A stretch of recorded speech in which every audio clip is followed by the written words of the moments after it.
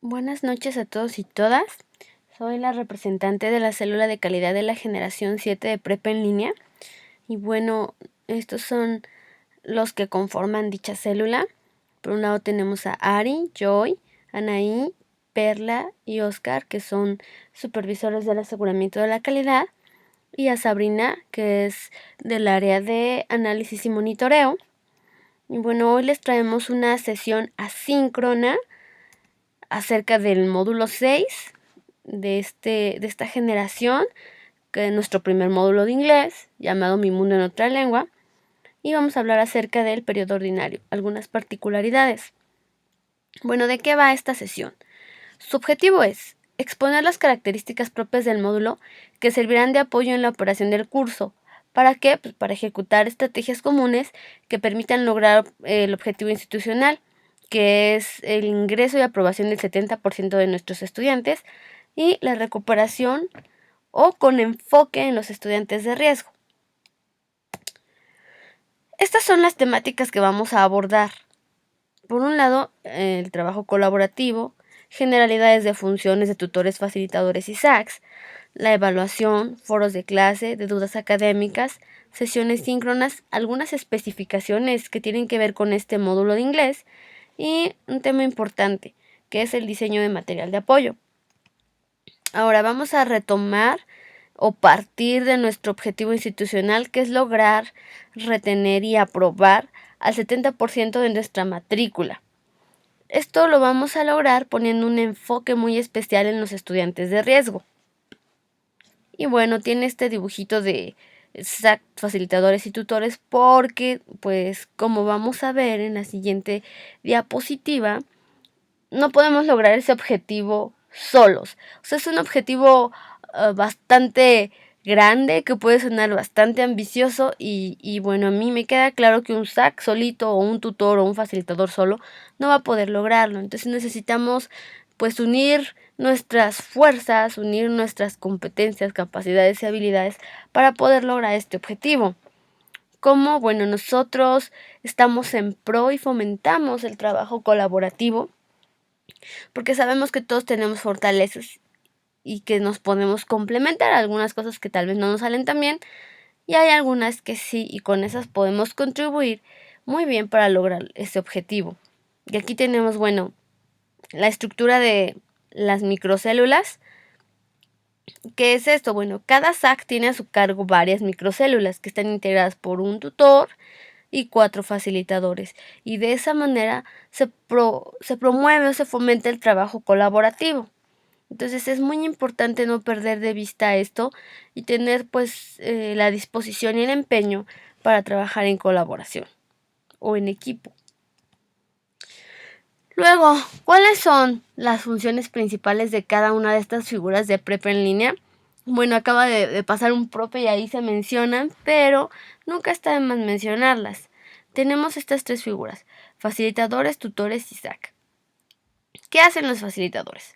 Bueno, los facilitadores son la principal autoridad académica en el aula virtual.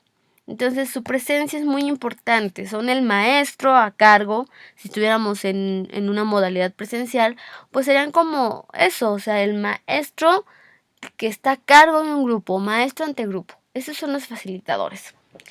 ¿Cuáles son sus funciones? Bueno, moderan el foro de clase, atienden el de dudas académicas, supervisan el foro de debate, evalúan actividades integradoras en tiempo y forma, muy importante, porque esto influye directamente en la motivación de los estudiantes. Y ahora con nuestras nuevas metas, bueno, pues es súper importante no dejar que se nos desmotiven los alumnos. Luego, atender las dudas e inquietudes en tiempo y forma de los estudiantes, es decir, no tardar más de 24 horas en responder a sus dudas. Motivar al ingreso y a la permanencia semanal. Proveer apoyo sincrónico, es decir, hacer sesiones de hangouts, sesiones síncronas cada semana.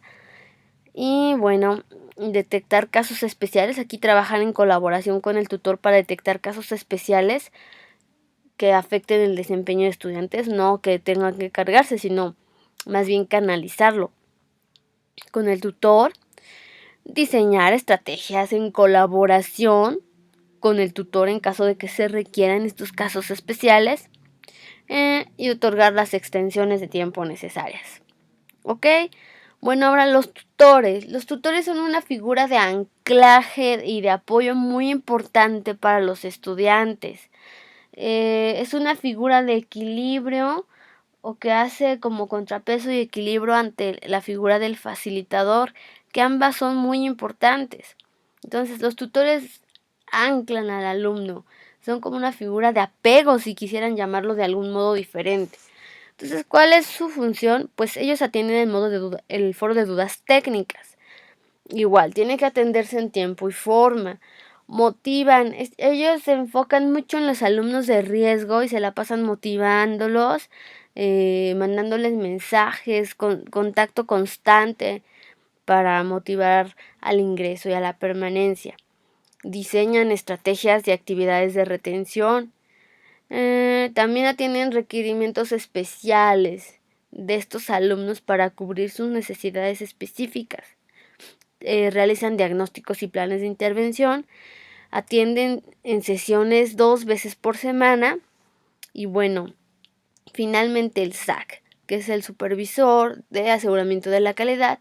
Pues el SAC básicamente dentro del aula y en plataforma tiene varias funciones, porque también fuera tiene otras. Entonces, dentro se encarga de que estos actores, o sea, facilitadores, tutores, alumnos, que sus interacciones fluyan de manera adecuada, que todo funcione como debe, los contenidos, eh, como les digo, o sea, que todo fluya dentro del aula como debe ser. Y se garantiza la atención que deben de recibir los estudiantes y la interacción entre estas figuras, atender sus requerimientos y, muy importante, es la principal función del SAC. Análisis de alguna problemática, detección de problemáticas y generación de estrategias para resolución de estas problemáticas. Ahora, vamos a hablar de un tema muy importante, que es la evaluación. La evaluación tiene que ver pues con la calificación de actividades y la retroalimentación. Tiene un componente cualitativo y un componente cuantitativo. Vamos a ver cómo tiene que ser. Bueno, el componente cualitativo tiene que ver más con la retroalimentación, es decir, la calidad de la retroalimentación. Y el componente cuantitativo tiene que ver con la asignación numérica de una calificación. Ahora, ¿cómo deben ser las retroalimentaciones? Eso es súper importante porque de acuerdo a las retro que demos, es que los estudiantes van a hacer sus correcciones en las actividades. Entonces, bueno, ¿qué debe de tener? ¿Qué debe contener una retro? Son estos cuadritos en azul claro. Primero, siempre deben de empezar con algo positivo. Debe de haber un reconocimiento al esfuerzo del estudiante, a la entrega, etc. ¿Sale? Algo positivo. Luego debe incluir, o sea, la parte central, la parte carnosa de la retroalimentación, debe incluir las fortalezas. Es decir, pueden decirles, gracias por tu entrega oportuna. La entrega oportuna es una fortaleza. Y luego muy claramente las áreas de oportunidad. ¿Por qué muy claramente? Pues porque imagínate, si yo te estoy corrigiendo o si estoy diciendo que necesitas mejorar en algo y solo te digo necesitas mejorar, pero no te digo qué necesitas mejorar, pues es como decirte encuentra el camino en un laberinto con los ojos vendados, ¿no? Entonces, imagínate que, pues eso, o sea, que yo te digo, necesitas mejorar en cómo das las retroalimentaciones. Que yo en una evaluación hacia ti o una retroalimentación hacia tu labor como facilitador tutor, te digo, necesitas mejorar las retros, pero no te digo que deben de incluir un reconocimiento, fortalezas, una despedida. Entonces es algo parecido, tienes que ser claro, clara en qué es lo que se debe mejorar. Y finalmente recomendaciones de mejora, o sea, te falta citar en formato APA. Es diferente decir eso a decir, te faltó o recuerda que debes citar tus fuentes en formato APA y te pongo esta liga con un generador de citas en formato APA. O te mando este generador de citas, este manual con la manera en cómo se citan las fuentes en APA, ¿no? Entonces, dar recomendaciones para poder mejorar. Y finalmente, pues tu firma con la despedida y motivar a seguir participando, ¿no? Esos son los elementos que debe incluir una retro. Pero también tiene características la retro, que son estas que están en azul fuerte. Una retroalimentación debe de ser precisa y concisa. Precisa en cuanto a, ya les dije, debe ser muy clara en cuanto a lo que se debe mejorar. Pero debe ser breve. Por eso debe ser concisa, debe ser breve, no debe ser una cuartilla de retroalimentación. Acuérdense que nuestros estudiantes no leen tanto. Entonces, tomando en cuenta eso, debe de ser muy clara en cuanto a lo que hay que mejorar, pero breve en la medida de lo posible. Y asertiva, es decir, tomar en cuenta los derechos, el punto de vista del estudiante, ¿sale? Ser como muy diplomáticos en la manera en que se realiza. Ahora vamos a hablar acerca del foro de clase. Estas áreas son sí elementos que se dan durante todo el módulo, pero son áreas de mejora que nosotros hemos detectado a lo largo de todo el seguimiento que llevamos con ustedes, tanto con tutores como con facilitadores. Entonces, en lo que vamos monitoreando de la plataforma es lo que hemos visto. Entonces, por eso les estamos proporcionando esta información. A veces hay facilitadores que no moderan el foro de clase. Recuerden que el foro de clase es una estrategia de enseñanza y aprendizaje colaborativa y debe de tener una guía que modele cómo se deben hacer las réplicas y que direccione la conversación, porque si no hay una guía, los estudiantes se pierden. Entonces debe direccionar la conversación tomando en cuenta la pregunta moderadora y debe de moderarse a lo largo de toda la semana. Entonces, el foro de clase debe incluir varios elementos o varias fases.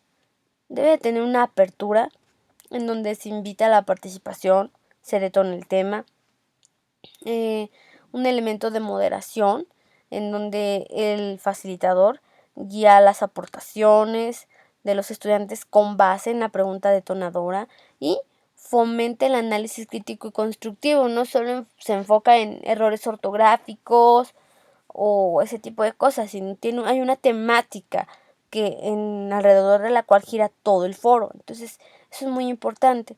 Y un cierre en donde se hace un resumen, se rescata la importancia del tema semanal o los puntos de vista que se manejaron en el foro, pero con las propias palabras del facilitador. Entonces, eso es básicamente en cuanto al foro de clase. Ahora, en cuanto al foro de dudas académicas. Igual, muchas veces no se atiende este foro porque dicen, bueno, es que los estudiantes no preguntan nada, pero realmente es el espacio oficial para resolver dudas académicas. Entonces, igual que el foro anterior, tiene algunas fases. Una de apertura, en donde se invita a los estudiantes a que pongan ahí sus dudas, a que externen sus inquietudes. Les pueden decir, si el módulo así lo permite, en cuanto a las actividades formativas, les pueden decir, súbanlas en ese foro, porque esas actividades pues no se califican. Entonces, los estudiantes sienten mucha confianza de hacerlas y subirlas en ese foro. Entonces, esa es una sugerencia para fomentar el uso de este foro. ¿Ok? Luego sigue el coaching o el monitoreo y seguimiento a este foro, que es pues la aclaración de dudas e inquietudes. Se pueden listar preguntas frecuentes. Los que ya tienen más tiempo ya saben que preguntan con más frecuencia a los estudiantes y poner ese listado con sus respectivas respuestas. Traten, o más bien, el foro debe responderse en un tiempo no mayor a 24 horas por estas cuestiones de la motivación.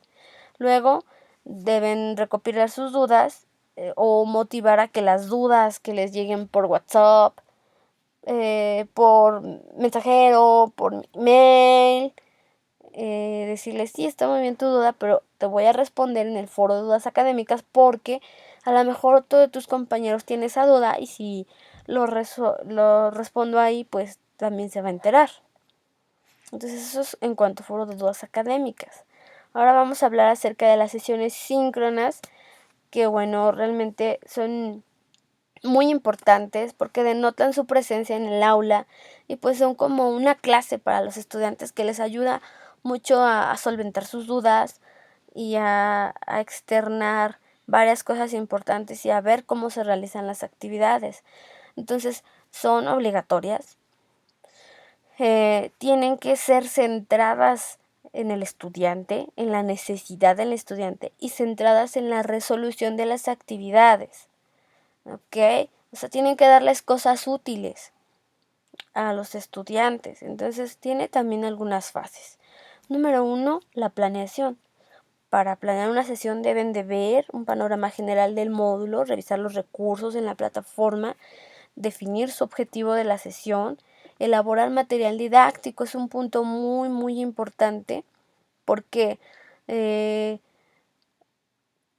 varias sesiones que hemos analizado están los facilitadores y solamente hablan en la pantalla durante una hora o solamente exploran la plataforma, se meten a las actividades, leen las actividades que están en la plataforma, se meten a los contenidos y recursos y los leen, pero realmente eso no es un apoyo para el estudiante.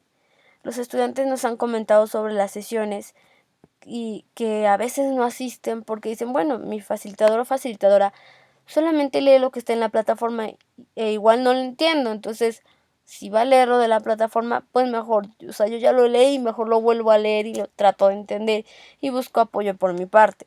Entonces, aunque sí pueden apoyarse de la plataforma no es el apoyo esencial. Ustedes deben de elaborar su propio material didáctico, presentaciones de PowerPoint, infografías, tutoriales, o sea, cuestiones que realmente apoyen a los estudiantes en la resolución de sus actividades.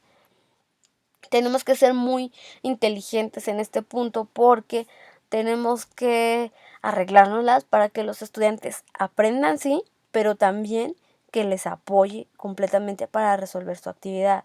Yo siempre les recomiendo que sí elaboren material didáctico, pero enfocado en ejemplos muy similares a las actividades para que los estudiantes puedan hacer las actividades y se sientan apoyados. Y bueno, también diseñar un guión. En cuanto a la planeación.